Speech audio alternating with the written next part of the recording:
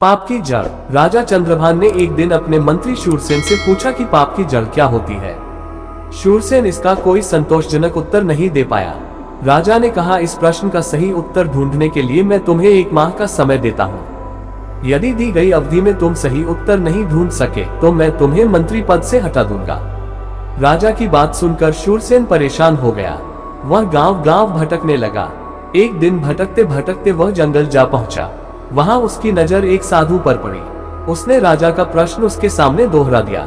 साधु ने कहा, मैं डाकू हूँ जो राजा के सिपाहियों के डर से यहाँ छुपा बैठा हूँ। वैसे मैं तुम्हारे प्रश्न का उत्तर दे सकता हूँ, लेकिन इसके लिए तुम्हें मेरा एक काम करना होगा। शूरसेन ने सोचा, काम चाहे जो भी हो, कम से कम उत्तर तो मिल जाएगा।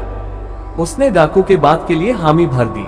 इस पर डाकू ने कहा, तो ठीक है, आज रात तुम्हें नगर सेठ की हत्या करनी होगी और साथ ही उसकी सारी संपत्ति चुराकर मेरे पास लानी होगी। यदि तुम ये काम करने में सफल हो जाते हो तो मैं तुम्हें प्रश्न का उत्तर बता दूंगा। शूरसेन लालच में आ गया। उसे अपना पद जो बचाना था। शूरसेन इसके लिए तैयार हो गया और जाने लगा। उसे जाता देख डाकू ने कहा, एक बार फिर सोच लो, हत्या व चोरी करना पाप है।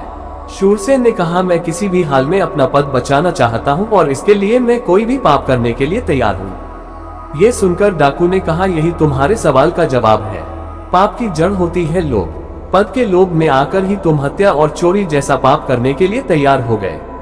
इसी के वशीभूत होकर व्यक्ति पाप कर्म करता है। शूरसेन ने डाकू का धन्यवाद किया और महल की ओर चल दिया।